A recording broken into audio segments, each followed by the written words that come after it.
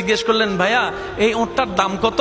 ওই দামাদামি হলো, নবী সে দামে কিনতে রাজি হলেন, কিন্তু নবীর কাছে তখন অর্থ ছিল না। তখন নবীজি ওনাকে বললেন, আপনি আমাকে ওঁটটা দেন, আমি এখনই গিয়ে আপনার সেই প্রাপ্যটা পাঠিয়ে দিচ্ছি। ওঁটের মালিক ওনাকে ওঁটটা দিয়ে দিলেন। আশেপাশে যারা ওঁটের মালিক ছিল সবাই জিজ্ঞেস করতেছে, এই পাগলা, তুমি কি যাকে ওঁট দিয়েছো তাকে চিনো? বলে যে না। নাম জানো? বলে যে না। পরিচয় জানো? বলে যে না। ঠিকানা জানো?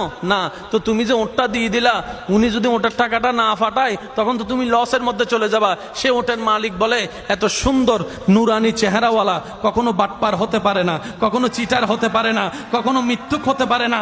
ওনার চেহারা দেখেই তো আমি ওঁট বিক্রি করার আগে মনটাই বিক্রি করে দিয়েছি, মনটাই বিক্রি করে দিয়েছি, মনটাই বিক্রি করে দিয়েছি। তোমরা যাই বলো, আমার মন বলে উনি আসবেই আসবে, টাকাটা পাঠাবেই পাঠাবে।